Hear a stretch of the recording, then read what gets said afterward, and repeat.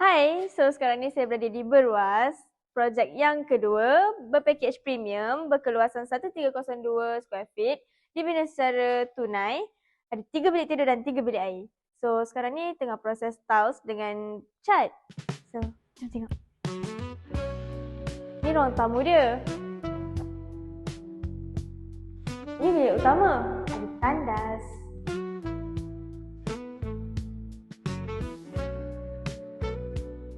Ruang makan. Ini bilik tidur kedua. Ada tandas juga, bersambung dengan tandas bilik tidur ketiga. Ini ruang solat. So, ini dapur kering dan dapur basah. Ada tandas dan ruang basuh.